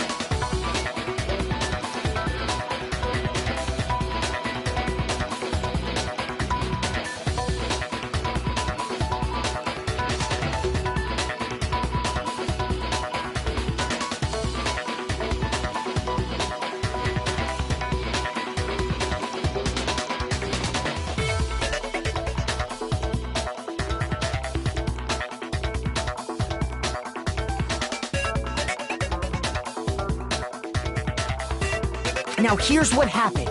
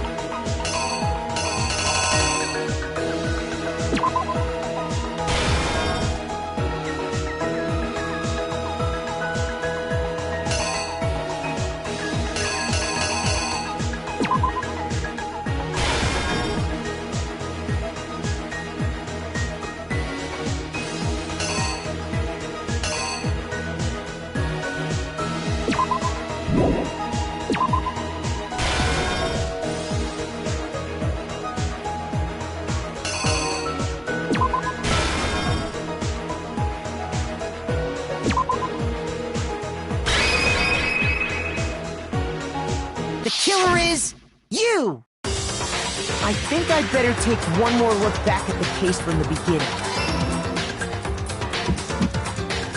Last night, the killer went to the room Sayaka was in. In other words, my room. From what we can tell, Sayaka invited that person there intending to kill them. She attacked them with the knife she'd taken from the kitchen earlier.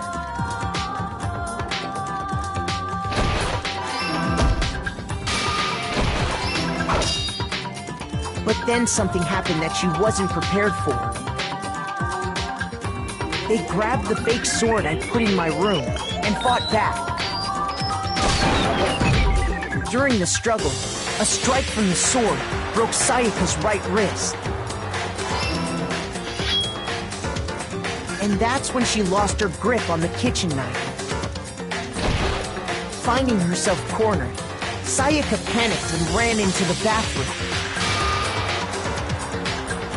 The killer went after her, but couldn't get the bathroom door open. What they didn't know was that my bathroom door got stuck easily, and there was a trick to opening it. Sayaka knew about that because I told her, but of course the killer had no way of knowing. So instead, the killer forced the door open, took the kitchen knife, and stabbed Sayaka.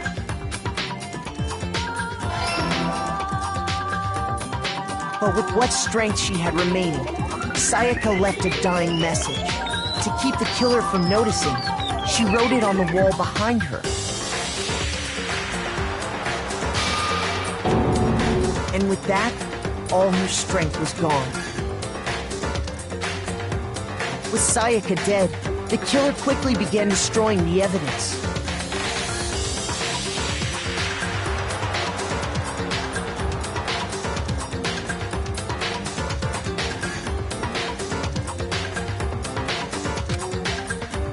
First, they took off their shirt, which was covered in their victim's blood.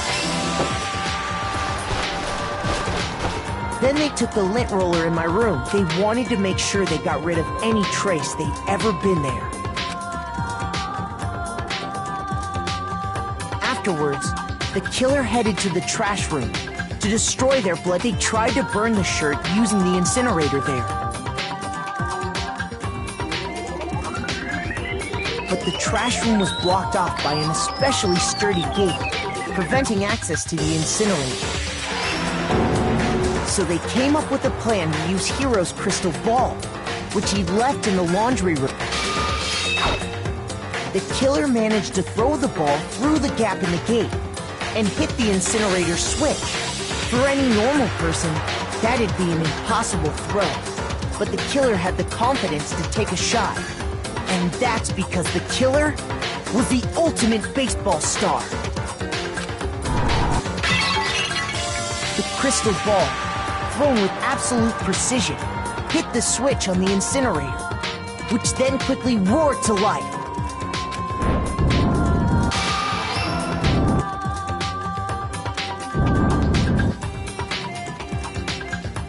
Having destroyed the final piece of evidence, they left the area with, I imagine, a sigh of relief.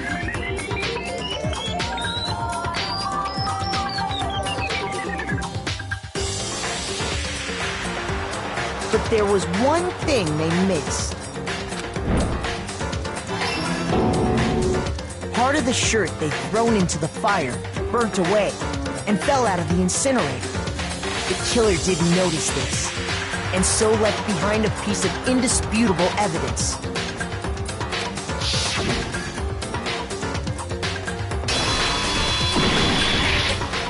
Isn't that right, Leon?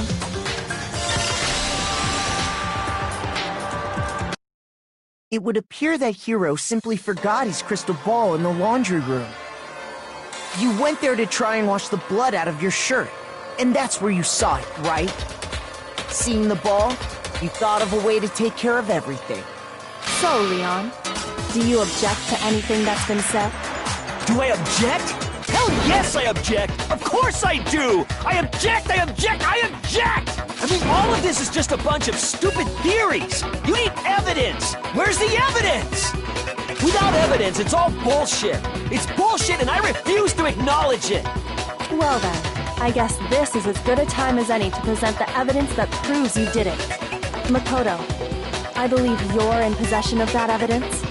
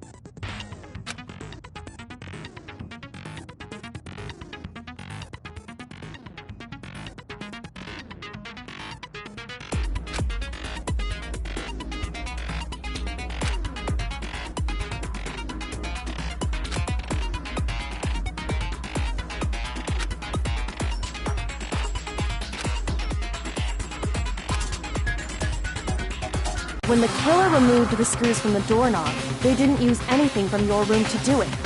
Instead, they must have used something that belonged to them. I refuse to acknowledge you! You're stupid! Stupid, stupid, stupid, stupid, stupid, stupid, stupid, stupid, stupid!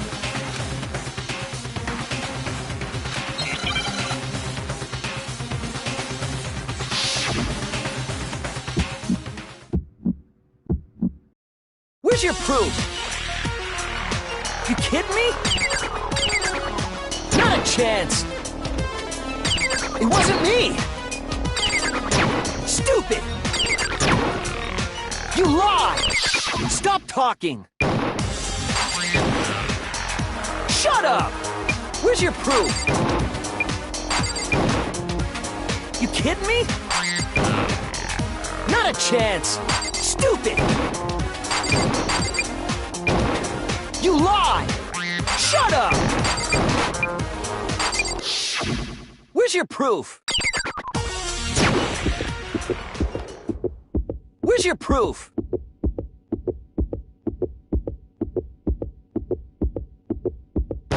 This should prove it!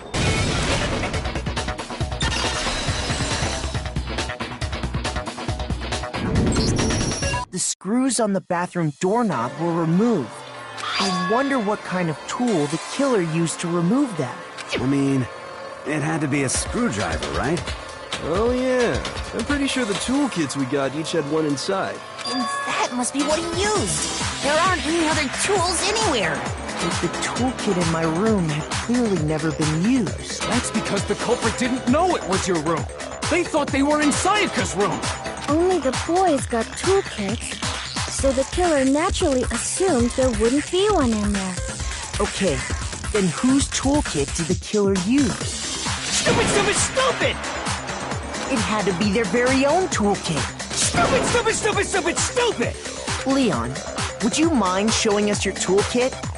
If I'm right about this, then the screwdriver will show some evidence of being used. Stupid, stupid, stupid! Huh? And if you say you used it for something else, you'll have to explain exactly when, where, and why. And let me say this right now. I lost it isn't an excuse at this point. Stupid.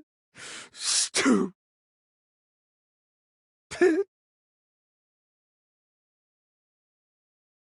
So, you have no rebuttal? Then it would seem We are finished here.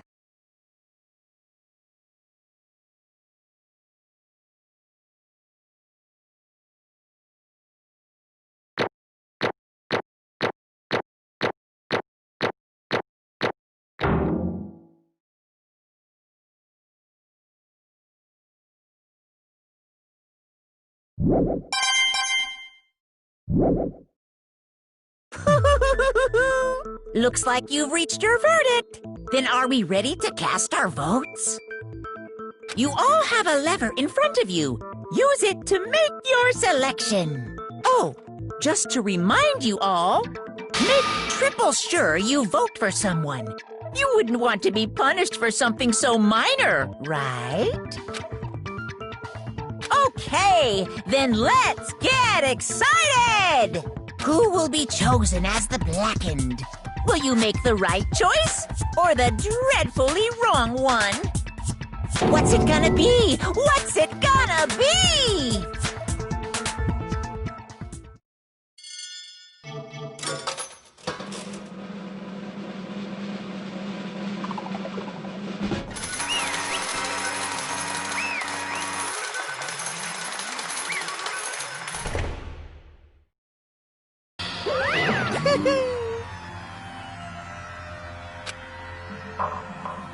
Yoo-hoo! Huh? Hey, hold on.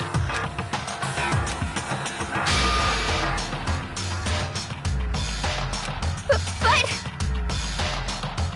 You son of a bitch! I didn't have a choice. So, that's why... None of you are any different!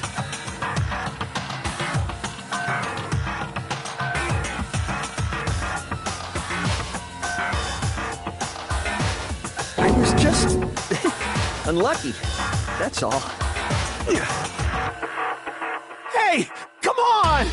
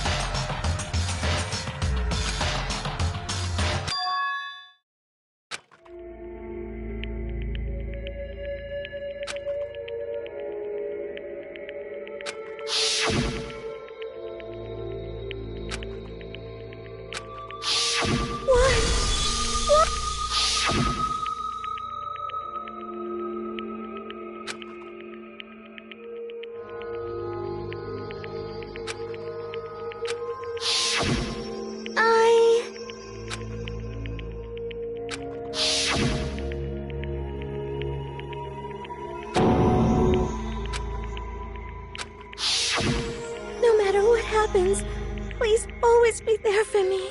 I need you on my side.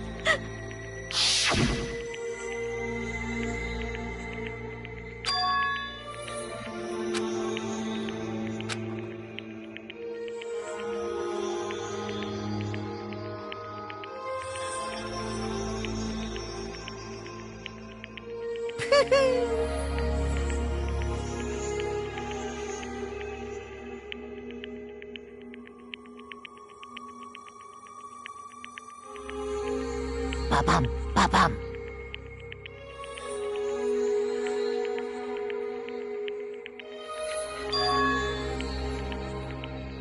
Phew!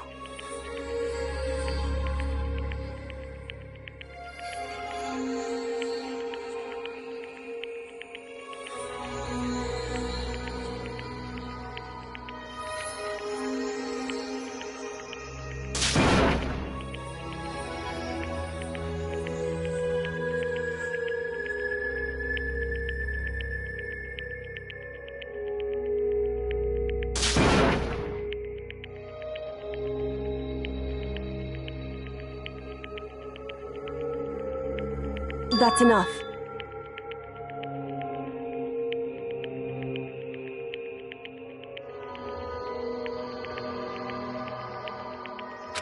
calm down. Ba-bum, ba-bum. Yes, indeed. Punishment? You mean execution? Wait a second! Yeah, that's it. Is that okay?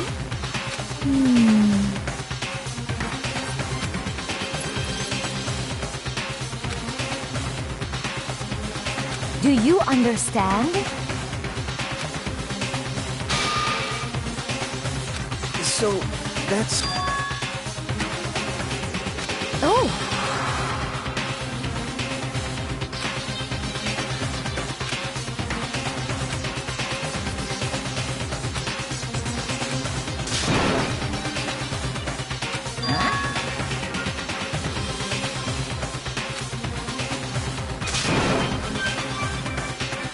Unbelievable. Hey,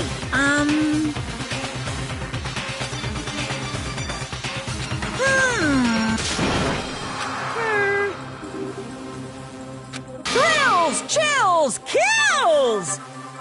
I'm begging you! Please, don't do this! Hey, come on now. Stop! Please! Now then, I prepared a very special punishment. No, no, no, no, no, no! Let's give it everything we've got. It's punishment time! No!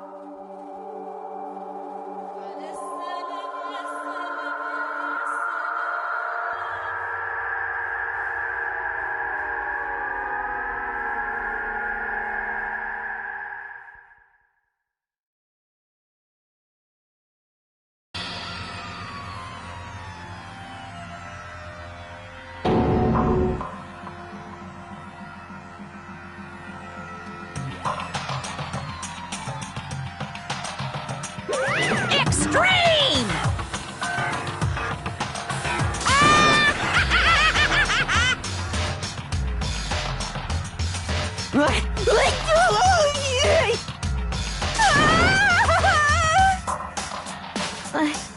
I can't take it.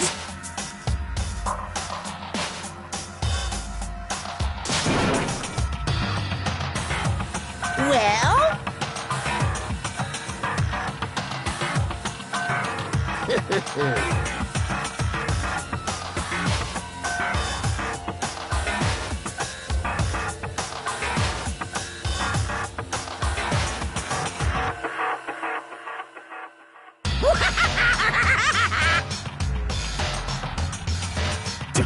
Damn you!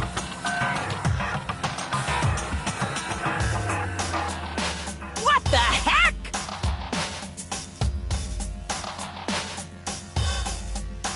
Say what?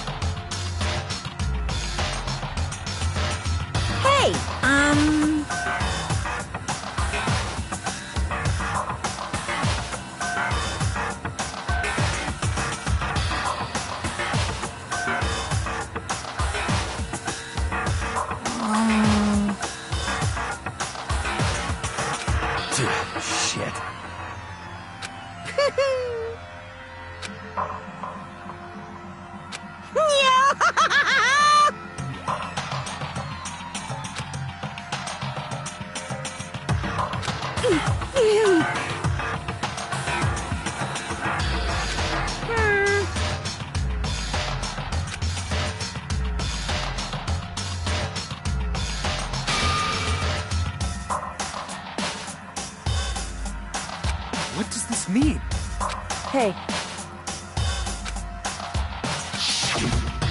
Thrills! Chills! Kills! Hey.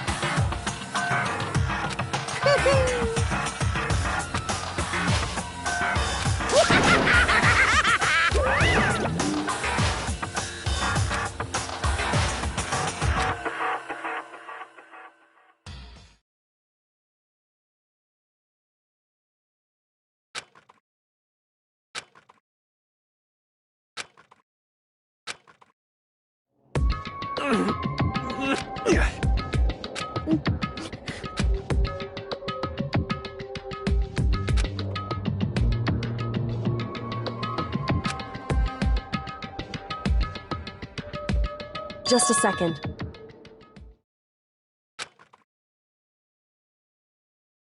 Makoto.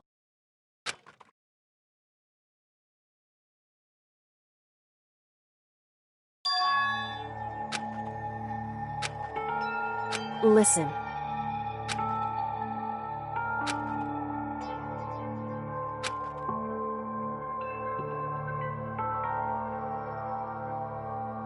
It's true.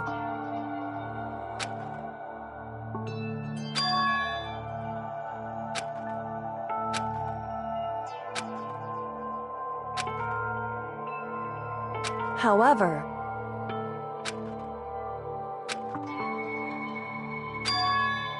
so...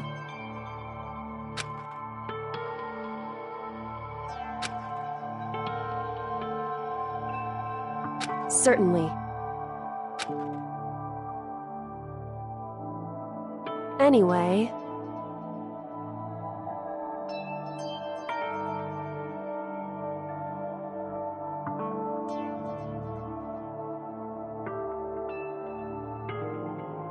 Right.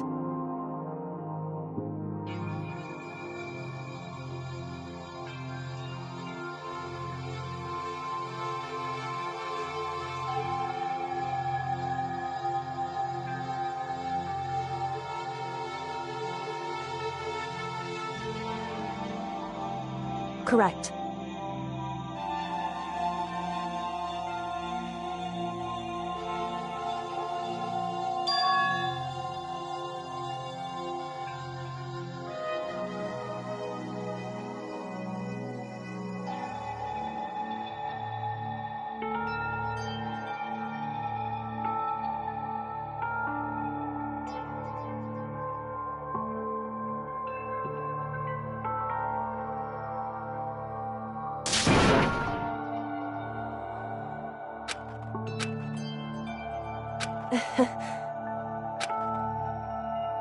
Hey.